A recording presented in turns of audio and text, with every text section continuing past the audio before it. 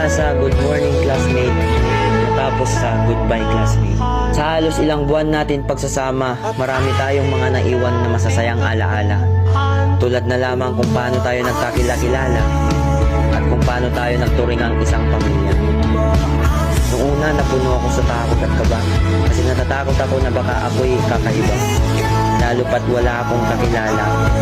Pero sa pagdaan ng ilang araw, unti-unti kong natatanaw na ang tayo ay nagkakaisa at naging isang pamilya. Classmate, salamat. Sa bawat tawa, sa bawat kopya, sa bawat bully, at sa bawat alaala na ngayon ay natapos na. Sa bawat kwentuhan na punong-puno ng kalokohan, ay nabuo ng ating samahan na malabo kong makalimutan. Paalam sa mga nawalan ng ballpen. Paalam sa mga papel na binigay natin na kahit ang totoo ayaw naman natin magbigay. Paalam sa mga chicherya na baon ng isa pero pagkain ng buong barkada. Paalam sa ating mga kwento na hanggang sa alaala na lang natin mabubuo. Paalam rin sa mga mahal natin na guro. Salamat sa inyong mga itinuro.